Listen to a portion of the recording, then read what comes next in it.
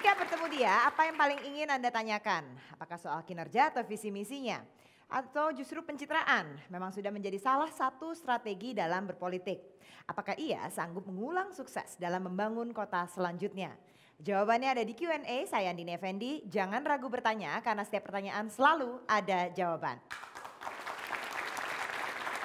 Sebelum terjun ke dunia politik, Wali Kota Bogor Bima Arya merupakan pengamat politik kawakan. Analisis tajam dan mendalam membuatnya sering muncul di layar kaca. Setelah mendapat gelar doktor dan kembali ke tanah air tahun 2006, Bima mendirikan lembaga konsultan politik bernama Carta Politika Indonesia.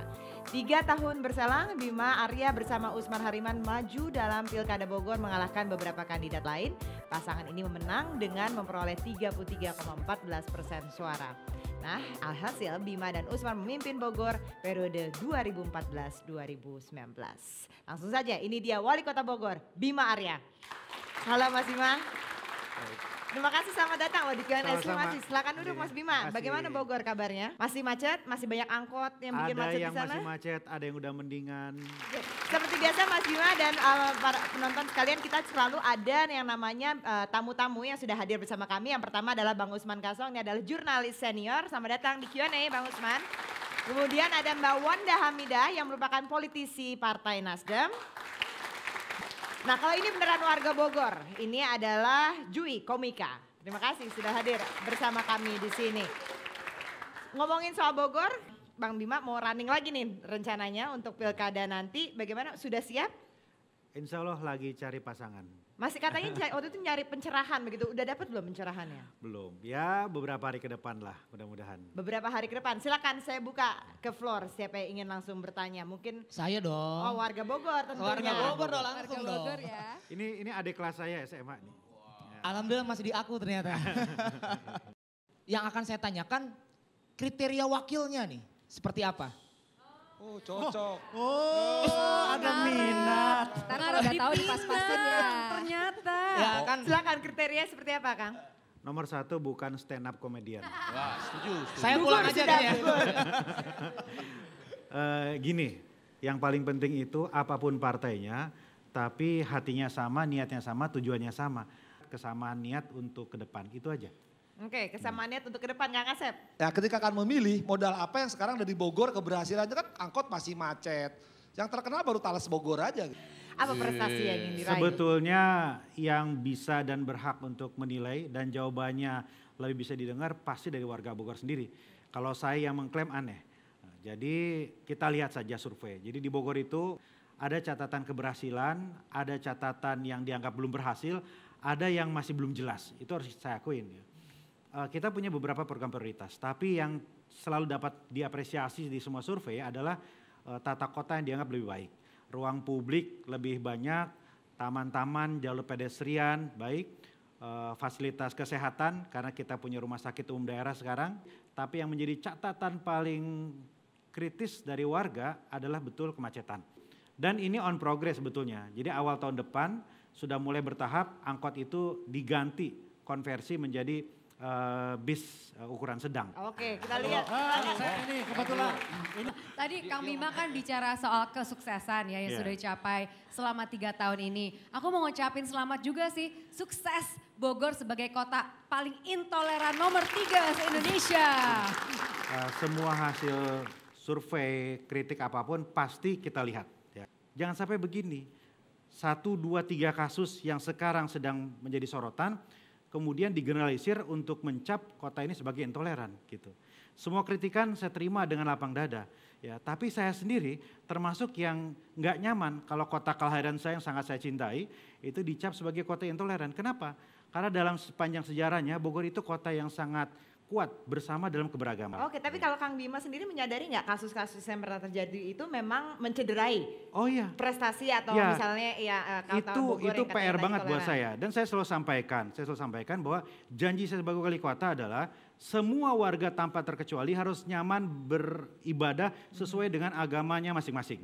Yang menarik juga untuk dicatat dari Bima Arya ini sebetulnya adalah perilaku marah-marahnya. Jadi tadi mending tuh ya waktu dia omongan seperti itu nggak marah loh. Kalau dalam catatan saya minimal saya catat 5 kali. Itu hebat pokoknya ya. Nah pertanyaannya adalah yang ditendang kenapa motornya? Kenapa bukan misalnya kalau dianggap itu ada backingnya, kenapa bukan kepala Satpol PP-nya yang ditendang bukan orangnya, jabatannya. Oke, ini kebetulan kita juga punya video nih. Coba kita lihat ini video atau Kang Bima lagi menendang motor. Oh ini yang lagi menendang ya.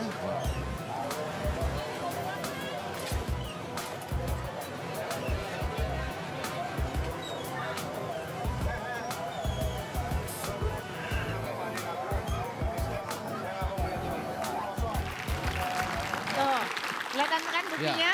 Emang harus caranya emang harus tegas seperti itu, Kang Bima. Ya jujur ya salah satu yang paling tidak mudah ketika menjabat wali kota adalah mengendalikan emosi.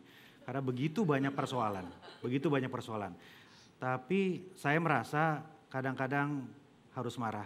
Ya ketika pembiaran itu sudah keterlaluan. Saya tendang, tapi tendangan itu bukan untuk yang punya motor. Tendangan itu adalah bagi semua backing yang membiarkan di situ sehingga terjadi kemacetan yang merugikan warga.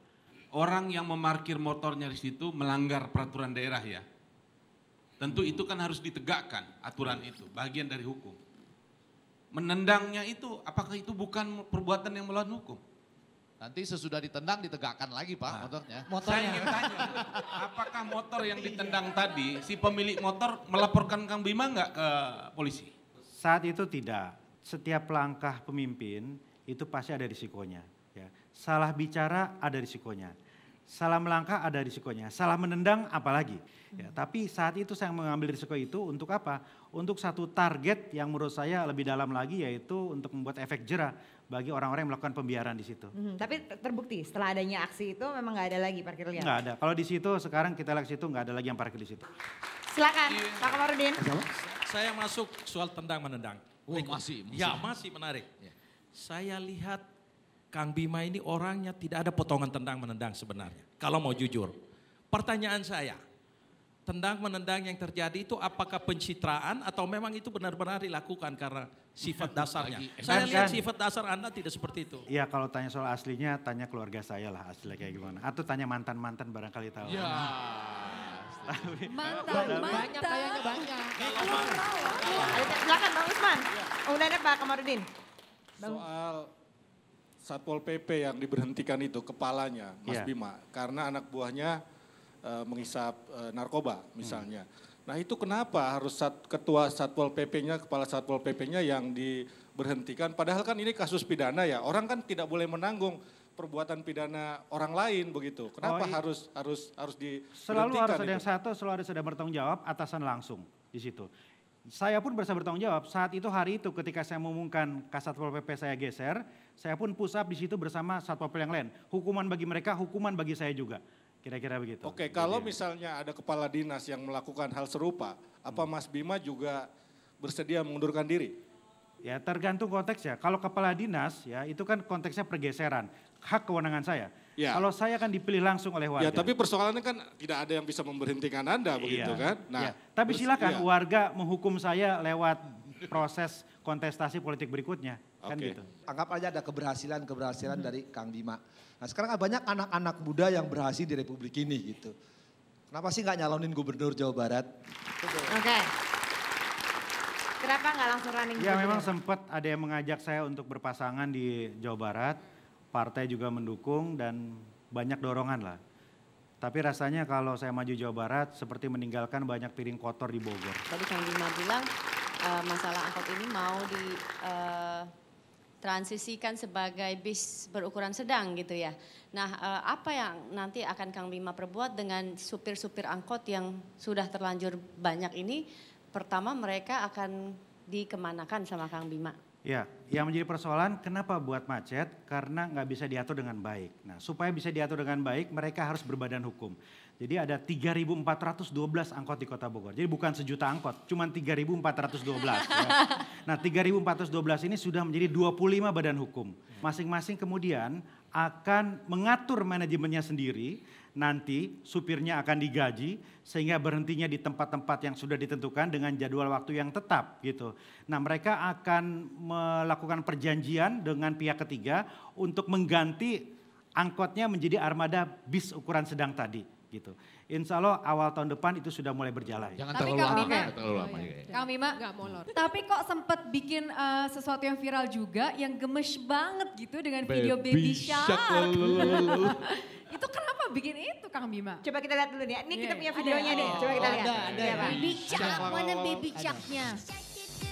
Baby shark, baby shark, baby shark.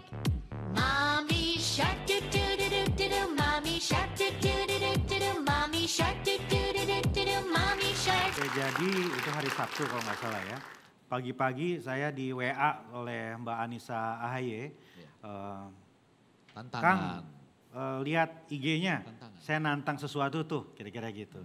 Nah, begitu lihat ya nantang ini gitu. Saya lihat di situ ada dance Baby Shark juga di Sumsel, ada gubernur di sana, ada beberapa pejabat gitu. Langsung saya kontak Kasatpol PP, yuk kita kumpul di rumah. Nah, jadi itu di rumah saya, ya 3-4 kali latihan, jadi 5-10 menit aja. Ya kalau udah biasa beda lah. Jadi, Beda. Saya yakin. Beda. Biasa Baby Shark maksudnya. Tapi kan Kang Bima ini kan pengamat politik dunia sekarang udah jadi politisi gitu. Tapi kan ini kalau melakukan sesuatu pasti terukur dong apa dampaknya. Apakah ini memang sesuatu yang pengen dicitrakan gitu ke orang kalau... Ada yang bilang gini, banyak yang kritik ya. Banyak yang bilang itu lucu, kocak, gila dan sebagainya. Tapi yang kritik juga banyak. Ada yang bilang kok Anda konyol sekali. Jawaban saya sederhana, emang wali kota nggak boleh konyol? Ya menurut saya ya ada kalanya juga kita biasa-biasa aja gitu. Oke. Muda tak hanya wacana. Muda tak hanya bicara. Pusing lihat angkot hijau masa kini. Derita macet kota hujan tak terkendali. Sampai kapan coba terus antisipasi? Atau cuma sekedar basa-basi? Ambisi tegas ingin bangun kota Bogor. Ternyata tak mudah seperti membuat batagor. Baby shark bergoyang seksi. Jangan hanya cara untuk tarik simpati. Muda tak hanya wacana. Sesuaikan dengan semangat membara. Muda tak hanya bicara. Buktikan dengan hal yang nyata. Tak ambil pusing dengan banyaknya persepsi. Lihat motor parkir tenang dengan pasti. Hijrah dari pengamat menjadi birokrat. Keputusan yang tepat ataukah hanya sesaat? Semangat muda memanglah seperti ini. Hadapi kritik dari berbagai organisasi. Karena semua ini adalah konsekuensi. Tegakkan kepala dan tetaplah konsentrasi. Muda tak hanya wacana. Sesuaikan. Buktikan dengan hal yang nyata.